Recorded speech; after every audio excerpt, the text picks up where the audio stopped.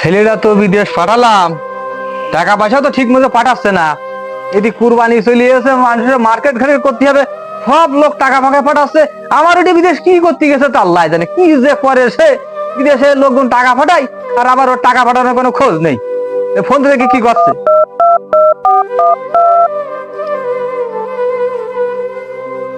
ঠিক আছে, হ্যাঁ ঠিক আছে। 20 ইঞ্চি কাটতে হবে। 20 ইঞ্চি?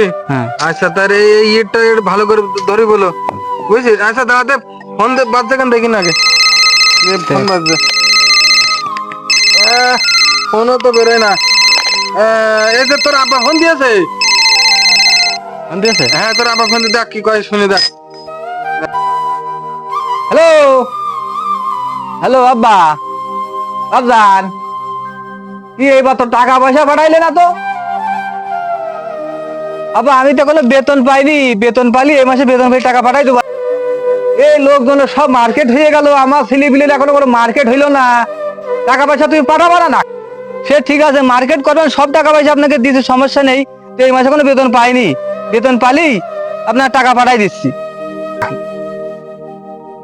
ওই অমুক টাকা পাঠাইছে 1.5 লাখ, ওই আমাকে ছেলে পাঠাইছে 2 লাখ।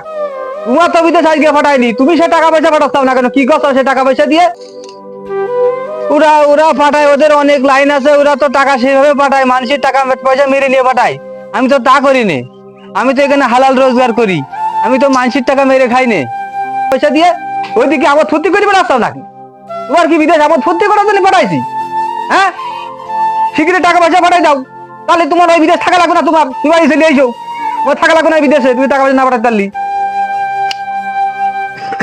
সব ঠিক আছে আব্বা, সব মেনে নিলাম, আমি তো এখানে ফুর্তি করছি নে। আমি এখানে যা টাকা পয়সা ইনকামে সব তো তোমাকে দিয়ে দিই, আমার কাছে 1 টাকাও রাখি নে। মাস শেষে আমার কাছে খাওয়ার টাকাটাই থাকে না। আমি থাকি, আমার থাকার জায়গা নেই এখানে, আমি থাকি বাগানে। আমি রয়েছি তো চূড়ায়, আমার তো কাগজপাতিও নেই এখানে। রাখলাম, বিদেশ পাঠায় জীবন শেষ হয়ে গেল। এত টাকা পয়সা খরচ করে বিদেশ পাঠালাম, একটা টাকা পয়সা ঠিক মতো পাঠাই না। কি কথা হয়ে গেছে? আচ্ছা, তাহলে রেখে দিলাম। আমার মনে হয় আর বাঁচার ইচ্ছা নেই। কেন? কি কি করছে তোর আব্বা? কি করছে? টাকা পয়সা চাচ্ছে?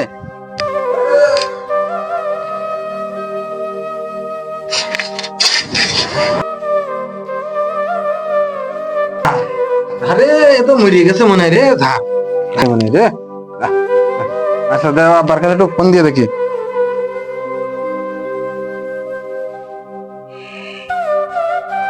হ্যালো, আসসালামু আলাইকুম চাচা। এই আপনারা যে এইরকম এই ছেলে বিদেশ পাঠাই দিয়ে এই প্রত্যেক মাসে আপনারা যে এরকম টাকা চান, এই তো টাকা তো ইনকাম করতে হয়।